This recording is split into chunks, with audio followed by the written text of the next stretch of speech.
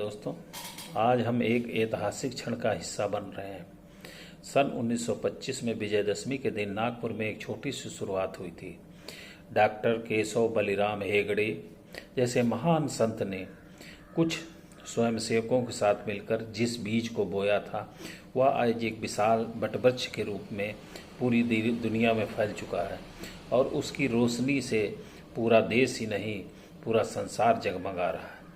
इस रोशनी में इतने धूमकेतु हैं जिनका वर्णन इस जिह्वा द्वारा किया जाना मुश्किल है।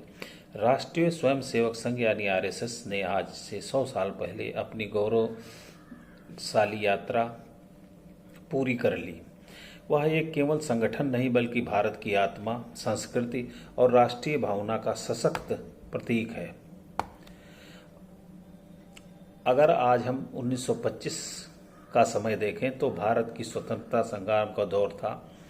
अंग्रेजी हुकूमत ने देश को तोड़ने और हमारी संस्कृति को कमज़ोर करने की कोशिश ही नहीं की, पूरी तरह उसको ख़त्म करने की कोशिश की। समाज में बिखराव, जातिगत भेदभाव, असमानता गहरी थी। ऐसे समय में डॉक्टर एडेगवार ने सोचा कि स्वतंत्र भारत का सपना तो तभी साकार होगा जब समाज संगठित होगा, अनुशासित होगा और राष्ट्रनिष्ठ बनेगा। इस सोच के साथ विजयदशमी के दिन आरएसएस की नींव रखी गई। आप ये सोचिए कि डॉक्टर साहब की सोच कितनी दूरदर्शी थी कि उन्होंने पहले ही सोच लिया था कि यदि समाज संगठित, अनुशासित और राष्ट्रित नहीं होगा तो आज़ादी से के बाद भी कैसे देश चलेगा। इसीलिए उन्होंने जो है आरएसएस की स्थापना की कि समाज को एकजुट रखना है।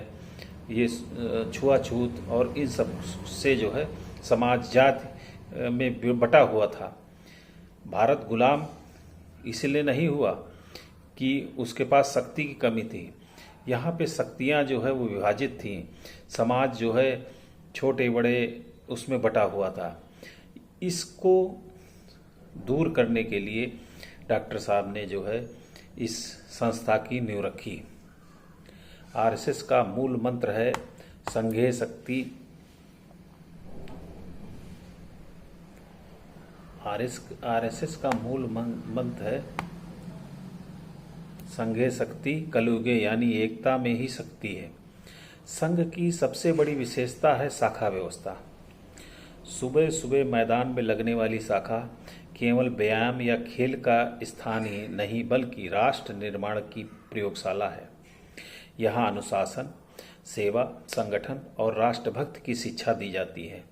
संघ से निकलने वाले बच्चे राष्ट्र के प्रति रहते हैं और यहाँ से निकलने वाला कोई भी स्वयंसेवक राष्ट्र के प्रति अपनी जान निछावर करने के लिए हमेशा तैयार रहता है। यहाँ से निकलने वाले बच्चों में राष्ट्र प्रथम की भावना रहती है। संघ का लक्ष्य है भारत में एक सशक्त, आत्मनिर्भर और विश्व गुरु के रूप में स्थापित करना।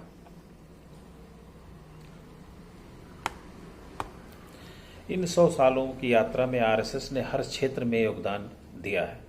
स्वतंत्रता संग्राम में अनेक स्वयंसेवकों की सक्रिय भूमिका निभाई है। 1947 के विभाजन के समय शरणार्थियों की सेवा, पुनर्वास आरएसएस सबसे आगे रहा है। 62, 65, 71 के युद्धों में स्वयंसेवकों ने सीमाओं पर पीछे राहत कार्यों का उल्लेखनीय सेवा दी है। 1975 आपातकाल के समय आरएसएस ने लोकतंत्र की रक्षा के लिए अग्रणी भूमिका निभाई है। इसके अलावा संघ की प्रेरणा से हजारों सेवा प्रकल्प चल रहे हैं।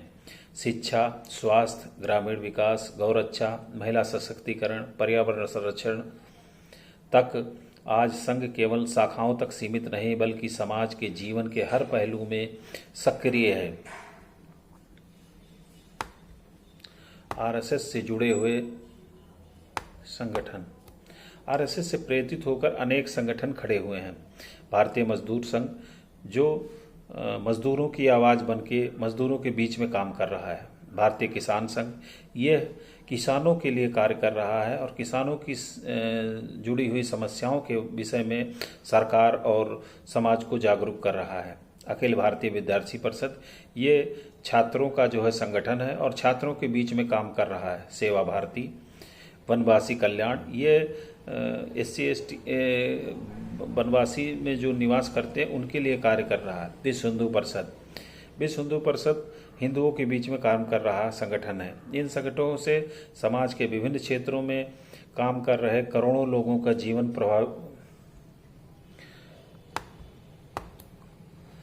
करोड़ों लोगों के जीवन को प्रभावित किया है। आज RSS केवल भारत तक सीमित नहीं है, बल्कि दुनिया के 40 से अधिक देशों में स्वयंसेवक कार्य कर रहे हैं। विदेश में भी शाखाएं लग रही हैं। भारत की संस्कृति, योग, आयुर्वेद और जीवन मूल्यों का प्रचार प्रसार हो रहा है। RSS का संगठनात्मक नेटवर्क आज विश्व का सबसे बड़ा स्वयंसेवी संगठन है।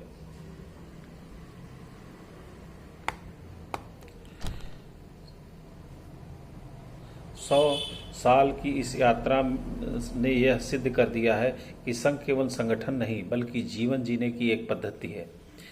अगर अगले 100 सालों की चुनौतियां और भी बड़ी हैं।